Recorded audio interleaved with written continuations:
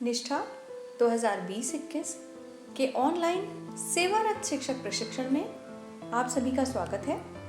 Module 13 विद्यालय नेतृत्व विद्यालय विकास योजना सत्र में हम आपके समक्ष हैं, जिसमें हम चर्चा करेंगे कि विद्यालय विकास योजना के कौन से चरण हैं, विद्यालय विकास योजना की क्या आवश्यकता है और हम इस आवश्यकता की पूर्ति के लिए कौन कौन से प्रयास कर सकते हैं। विद्यालय विकास योजना में क्या सिर्फ विद्यालय से जुड़े लोगों का ही जिम्मेदारी या नेतृत्व आवश्यक है, या उसके अलावा भी हम कुछ लोगों को अपनी योजना में इन्वॉल्व कर सकते हैं। प्रशिक्षण शुरू करने से पहले जान लेते हैं हमारे अधिगम प्रतिफलों को। इस प्रशिक्षण के अंत में प्रतिभागी विद्यालय विकास योजना की अवधारणा से परिचित हो सकेंगे, योजना के विभिन्न चरणों की समझ विकसित कर सकेंगे और विद्यालय शिक्षा में राष्ट्रीय और राज्य स्तर पर जो भी ICT संबंधी पहल की गई हैं, हमारे विद्यालयों को, हमारे शिक्षकों को और ज़्यादा हाईटेक एंड टेक्निकली साउंड बनाने के लिए हमारे नेशनल और स्टेट लेवल पे जो इनिशिएटिव्स लिए गए हैं, उसके विषय में भी हम इस सत्र में चर्चा करेंगे। विद्यालय विकास योजना एक ऐसी योजना है जिसमें एक निश्चित अवधि में विद्यालय द्वारा निर्धारित वांछित प्रतिफलों को प्राप्त करने हेतु एक विजन, लक्ष्य, उद्देश्य और रणनीतियां बनाई जाती हैं।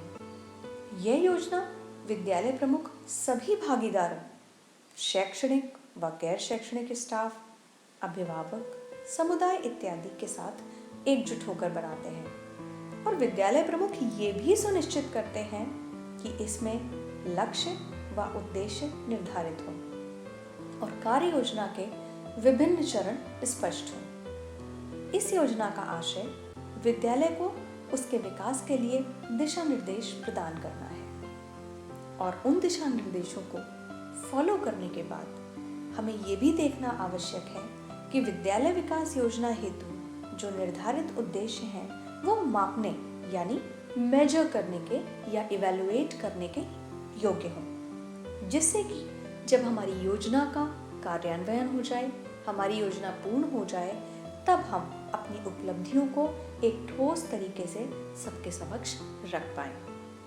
विद्यालय विकास योजना के बारे में हम इस सत्र में और जानेंगे। उससे पूर्व देखते हैं एक विद्यालय की कुछ झलकियां।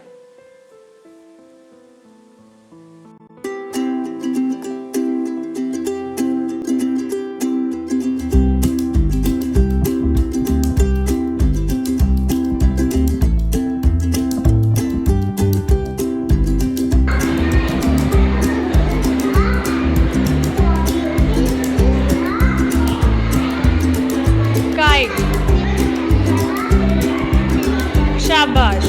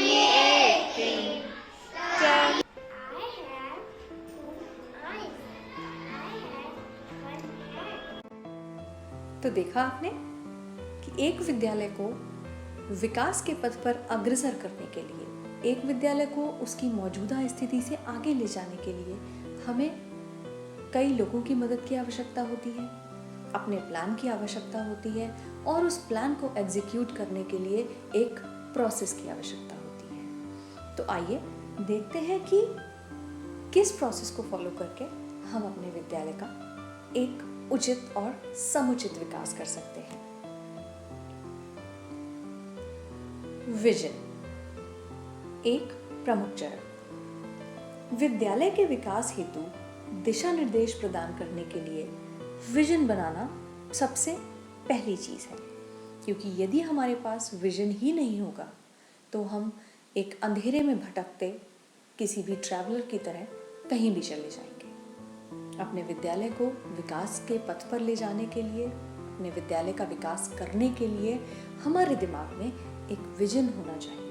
हमें ये सोचना चाहिए कि हम एकेडमिक्स पे, इंफ्रास्ट्रक्चर्स पे, अपनी गतिविधि आधारित शिक्षण पे या अपने को करिकुलर एक्टिविटीज़ पे किस तरह से प्लानिंग करके ध्यान दें, जो कि हमारे विद्यार्थियों और विद्यालय दोनों के विकास में हमारी संभव मदद कर सके।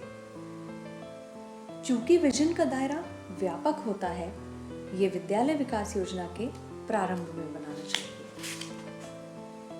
जिसके पश्चात ही हम योजना के क्रियान्वयन की रूपरेखा बना सकते हैं।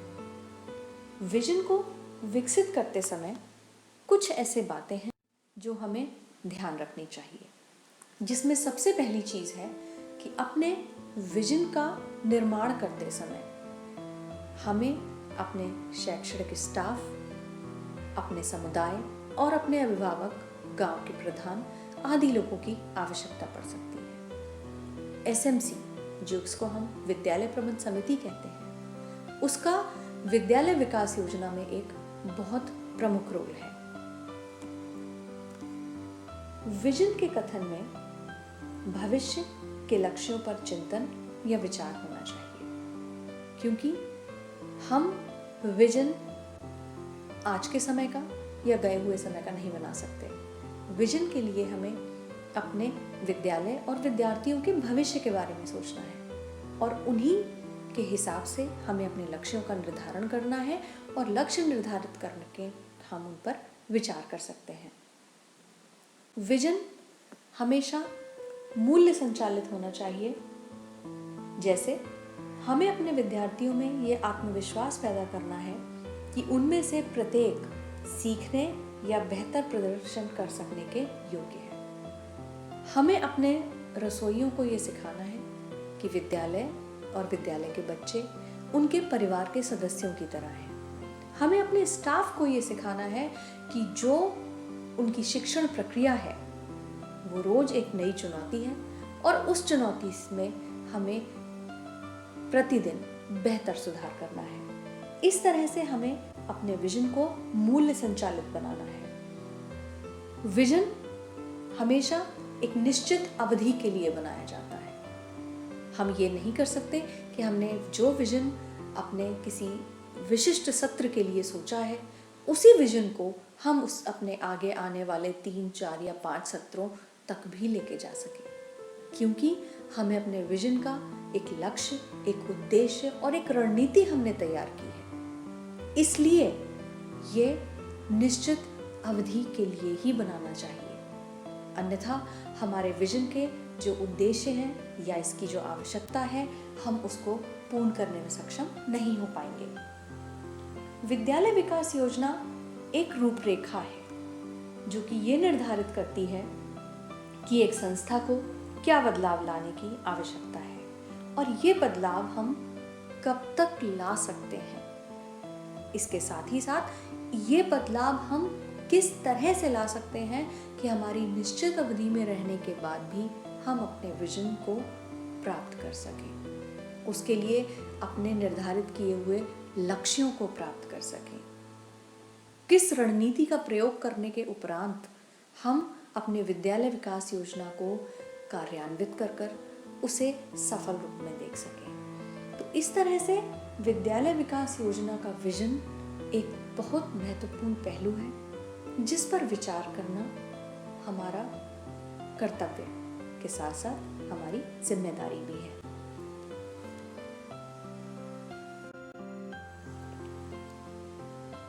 जानते हैं विद्यालय विकास योजना के चरण को।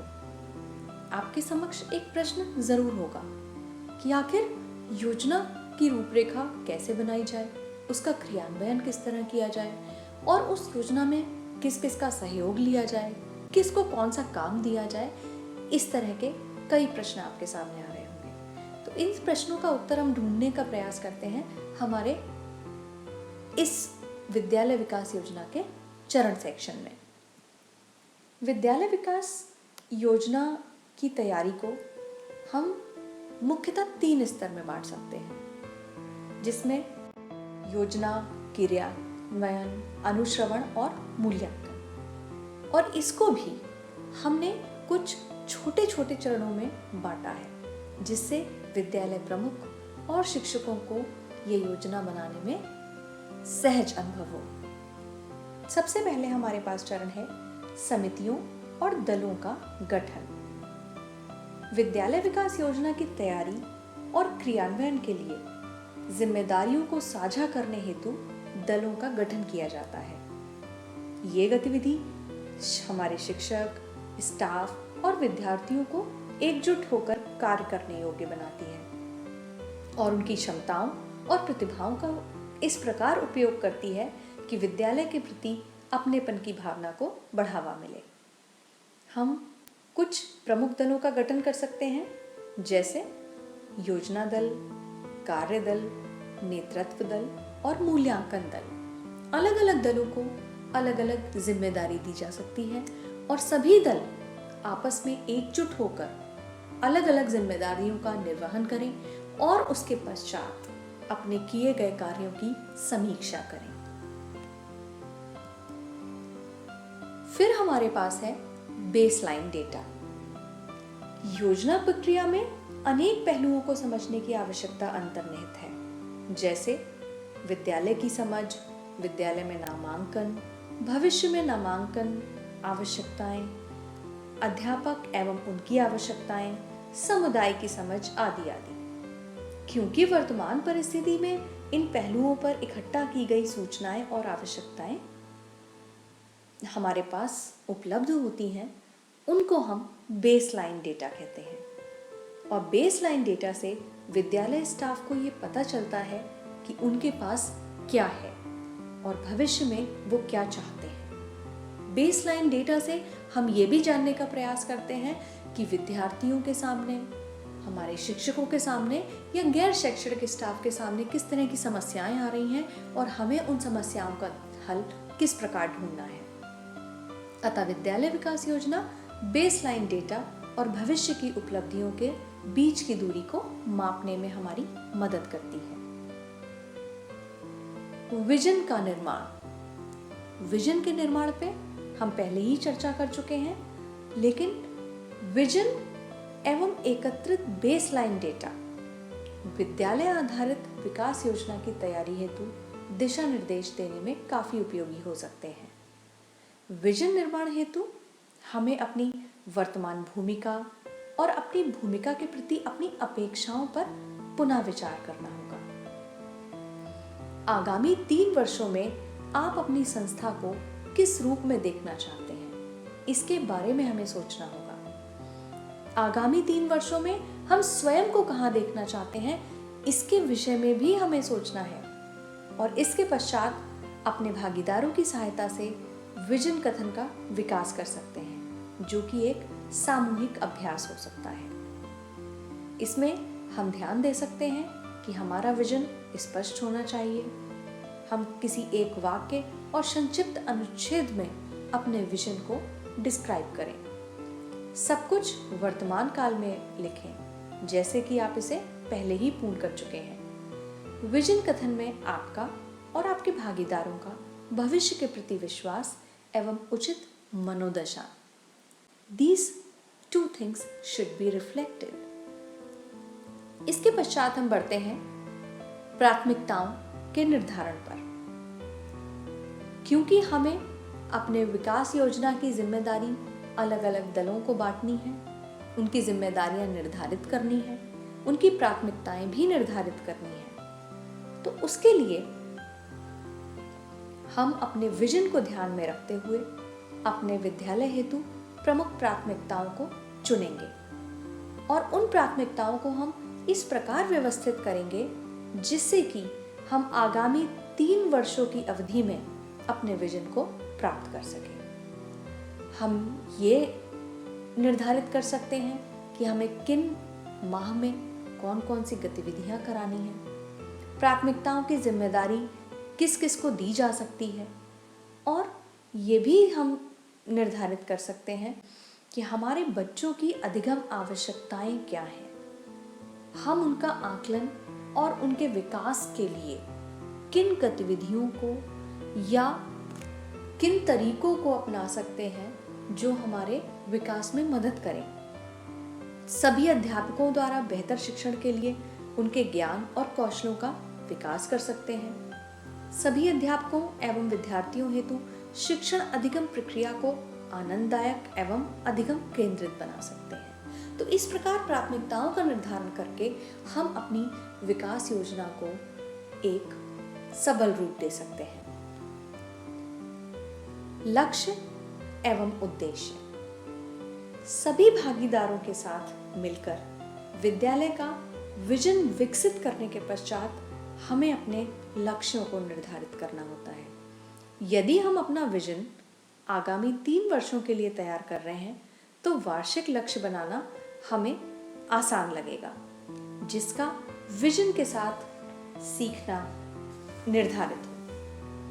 ये लक्ष्य उन प्राथमिकताओं के साथ भी संरेखित होंगे जो आपको निर्धारित पहले से कर चुके हैं। एक लक्ष्य के भीतर लगभग 3/4 टारगेट हो सकते हैं।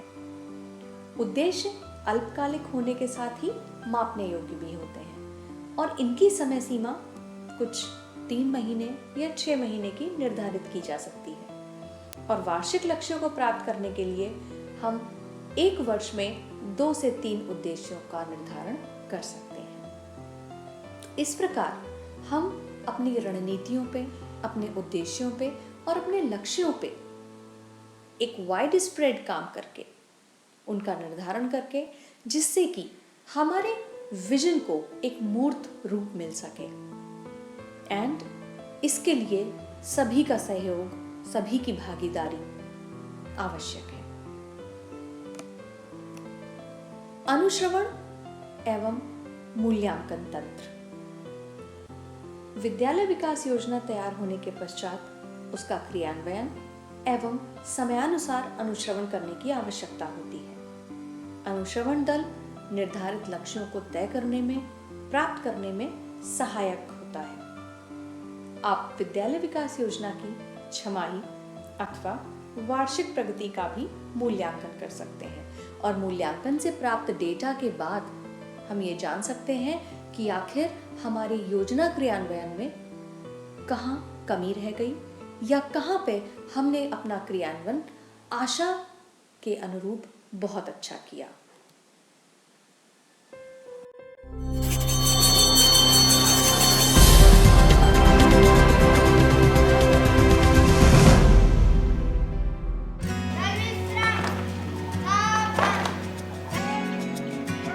छठहा गांव के इस स्कूल ने 1947 में एक शुरुआत की, वही साल जब हमारा देश आजाद हुआ था, जो कि आज तक इस स्कूल के लिए बहुत ही गर्व की बात है। ये स्कूल आज विकास की मुख्य धारा से जुड़ने के लिए तैयार है, मगर इसके लिए ऐसे ग्रामीण संस्थानों को एक तरह के विकास योजना की जरूरत है, जो कि आने वाली चुनौतियों को पहले से भांपकर अपनी संभावित आवश्यकताओं को पूरा कर सकता है।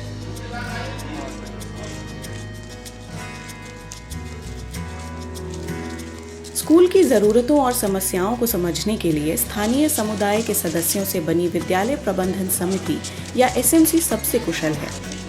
जाहिर है कि स्कूल विकास योजना की जिम्मेदारी उन्हीं की होनी चाहिए। इस योजना को तैयार करने के लिए एसएमसी अपना दायरा करते हुए सबसे पहले स्कूल और कक्षाओं का सर्वेक्षण करते हैं। के साथ आप लोगों से कुछ पूछने आए हैं। वो छात्रों से बातचीत करके उनकी शिक्षा व अन्य सुविधाओं की आवश्यकताओं को समझते हैं। मेज कुर्सी तथा चटाई चाहिए, स्मार्ट क्लास होनी चाहिए, हैंड वॉश रहना चाहिए और अध्यापकों के साथ बैठक कर इस विषय पर चर्चा करते हैं। जैसे कि हमारे विद्यालय में यदि जो है कुर्सी नहीं है, बच्चों के लिए मेज़ नहीं है पढ़ने लिखने के लिए, भोजन के लिए जो है बैठने के लिए डेस्क नहीं है, प्रांगण को सुरक्षित जो है कट स्टोन की व्यवस्था करने के लिए सुझाव दिए गए और जो है शौचालय के लिए जो भी साफ़ सफाई के लिए भी सुझाव दिए गए। इसके बाद एसएमसी की टीम घर घर जाकर छात्रों के माता पिता से भी उनके सुझाव लेते हैं। नहीं है, ये तो सब तो कोई बच्चों को दिक्कत परेशानी नहीं आती। नहीं कोई नहीं ऐसा भी तो। एसएमसी की टीम योजना को अंतिम रूप देने के लिए ग्राम प्रशासनिक प्रमुखों से भी सलाह लेती है। फर्श बनना चाहिए, पंखा उंखा लगना चाहिए, बच्चों को भाई पढ़ने के लिए मेज कुर्सी होना चाहिए, सब जमीन पर बैठते हैं, यही सब होना चाहिए, सब बाग बागवानी भी लगना चाहिए। तो देखा आपने, वीडियो में एक विद्यालय को विकसित करने के लिए, एक विद्यालय को और अच्छा बनाने के लिए विद्यालय के स्टाफ, विद्यार्थी, गैर शैक्षणिक स्टाफ और अन्य लोगों के साथ साथ एसएमसी के अध्यक्ष, विद्यालय प्रबंध समिति, गांव के प्रधान और समाज के अन्य संभ्रांत लोगों ने किस प्रकार मदद की, किस प्रकार सबके सामुदायिक भागीदारी से, सबके सहयोग से विद्यालय कहां से कहां पहुंच गया। तो यही हम अपने इस सत्र में आज चर्चा कर रहे हैं कि विद्यालय विकास योजना के क्रियान्वयन के लिए हमें सहभागिता और सहयोग दोनों की ही आवश्यकता है। आइए आगे बढ़ते हैं हमारे सत्र में। विद्यालयी शिक्षा में आईसीटी संबंधी पहल, जो कि राष्ट्रीय और राज्य स्तर पर प्रारंभ की गई है। एक विद्यालय को आगे बढ़ने के लिए किन चीजों की आवश्यकता होती है? एक अच्छा एकेडमिक रिकॉर्ड, गतिविधि आधारित शिक्षण, एक इंफ्रास्ट्रक्चर जहां पर बच्चों के लिए सभी सुविधाएं उपलब्ध हों, आदि आदि। पर इसके अलावा भी कुछ ऐसी चीजें हैं जो आज के वर्तमान समय में एक विद्यालय विकास के लिए अत्यंत आवश्यक है। प्रत्येक विद्यालय, प्रत्येक शिक्षक और प्रत्येक विद्यालय प्रमुख अपने आप में एक भिन्न प्रकार का व्यक्ति है और हर व्यक्ति की अलग अलग सबलताएं, अलग अलग योग्यताएं या अलग अलग निर्बलताएं होती हैं। हर व्यक्ति किसी भी काम को एक ही तरीके से नहीं कर सकता। कई बार हम अपनी योग्यताओं का उपयोग कार्य करने, संचालन करने, योजना बनाने, नेतृत्व प्रदान करने, समस्या हल करने, नवाचार करने आदि बहुत सारी विद्यालयी गतिविधियों में करते हैं। कक्षा कक्ष प्रबंधन, दिन प्रतिदिन की समस्याएं, कुछ ऐसे मुद्दे हैं जिनको हमें रेगुलर और डेली बेसिस पे संबोधित या एड्रेस करना पड़ता है। इसके अलावा शिक्षण समुदाय और शैक्षिक प्रशासकों के समक्ष कक्षा आकार, विषय वस्तु की प्रकृति, शिक्षक विद्यार्थी अनुपात या क्षेत्रों में संसाधनों की उपलब्धता, ऐसी बहुत सारी चुनौतियां होती हैं। तो प्रत्येक शिक्षक और विद्यालय को एकेडमिक नेतृत्व, जिसको हम शैक्षणिक नेतृत्व भी कहते हैं, उसको प्रदान करने और दैनिक समस्याओं को हल करने के लिए, विद्यालय की प्रभावशीलता में योगदान देने के लिए, सक्षम बनाने के लिए हमारे आज के समय में जो मुख्य आवश्यकता है वह है ICT, जिसको हम सूचना और संप्रेषण तकनीक के नाम से जानते हैं, इसके उपयोग की। शिक्षण अधिगम वातावरण को और बेहतर बनाने के लिए हमें ICT की आवश्यकता है। यूनेस्को के अनुसार सूचना और संप्रेषण तकनीक से तात्पर्य डिजिटल जानकारी बनाने, संग्रहित करने, पुनः प्राप्त करने एवं कुशलतापूर्वक प्रयोग करने के लिए तकनीकी उपकरणों और संसाधनों के एक विविध समूह से है।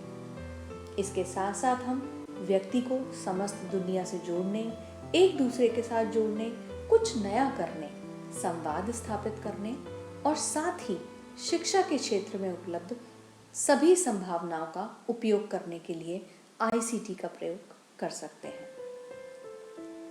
मानव संसाधन विकास मंत्रालय भारत सरकार के तत्वाधान में विद्यालयी शिक्षा के क्षेत्र में हाल ही में कुछ महत्वपूर्ण सूचना एवं संप्रेषण तकनीक के पहलुओं पर चर्चा की गई है। आइए समझते हैं कि वो कौन सी तकनीक है, वो कौन से पोर्टल्स हैं जहां से हमें अपने शिक्षण अधिगम प्रक्रिया को बेहतर बनाने में मदद मिल सकती है।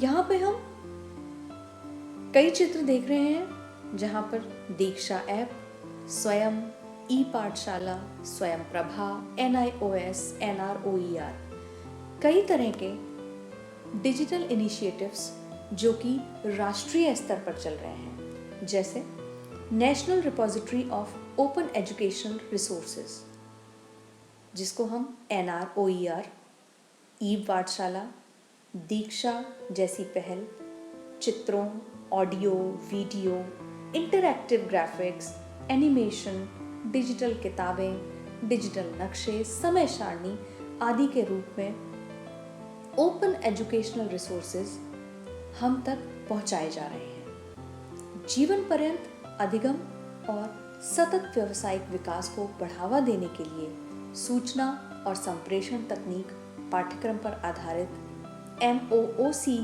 जैसी पहल ऑनलाइन के साथ साथ मिश्रित प्रणाली से पाठ्यक्रमों की श्रृंखला प्रदान करती है। शाला गुणवत्ता, जिसको हम शगुन कहते हैं, ये शिक्षकों को अपने सर्वोत्तम अभ्यासों को साझा करने के लिए अवसर प्रदान करता है और ऑनलाइन अनुश्रवण करने का एक माध्यम है।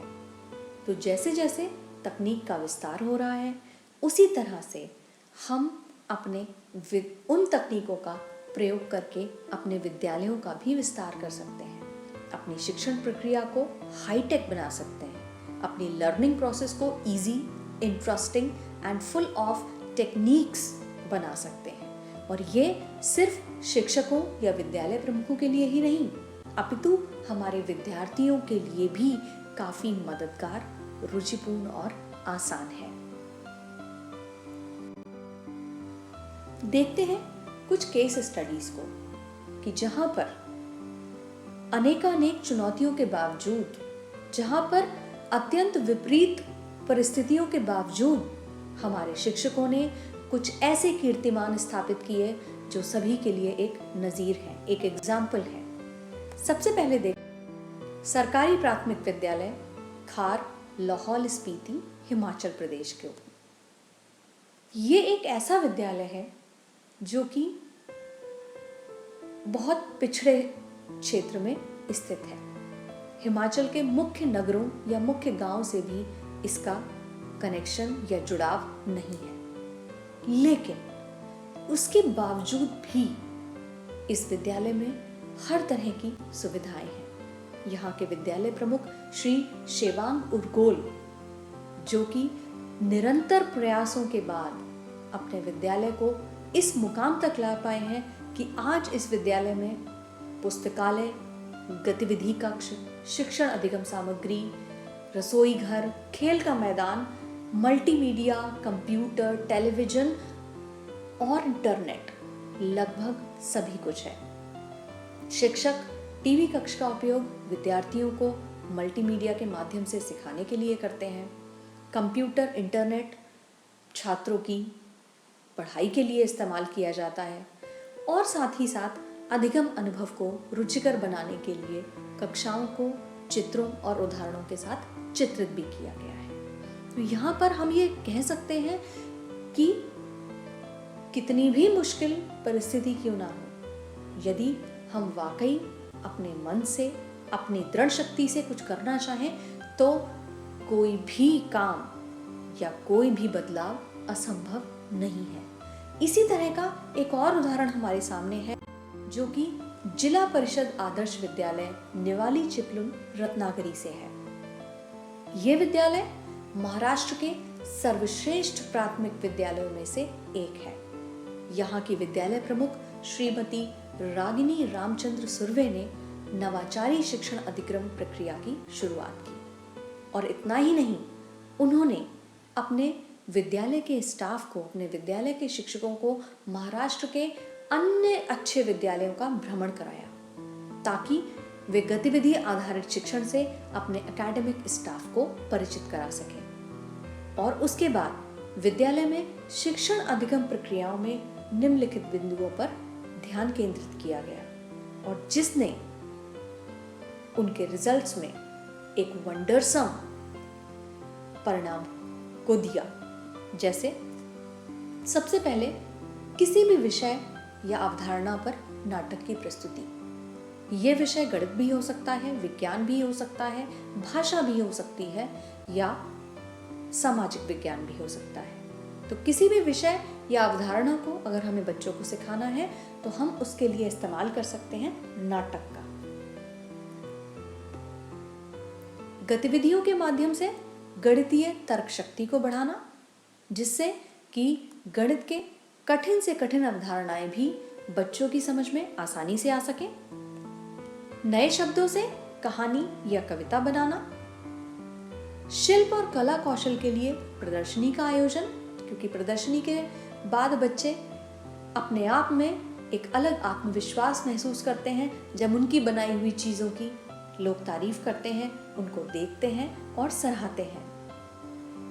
मराठी वर्णमाला से नए शब्दों का निर्माण करना, और अंग्रेजी में सुधार हेतु नाटक प्रस्तुति, कहानी या कविता पाठ करना। इस सत्र में हमने सिर्फ 2 उदाहरणों को सम्मिलित किया है, परंतु हम सभी जानते हैं कि हमारा देश ऐसे अनेकों उदाहरणों से भरपूर है, जहां पर हमारे शिक्षकों ने बिना किसी अन्य सहायता के अपने खुद की दृढ़ शक्ति, अपनी इच्छा शक्ति से अपने विद्यालयों को आसमान तक लेकर जा चुके हैं। तो हमारी आज की विद्यालय विकास योजना के सत्र को हम यहाँ समाप्त करते हैं। मुझे आशा है कि हमारा ये सत्र आपके लिए लाभकारी और उपयोगी रहा होगा। इतने धैर्य और ध्यान से आप सभी का धन्यवाद।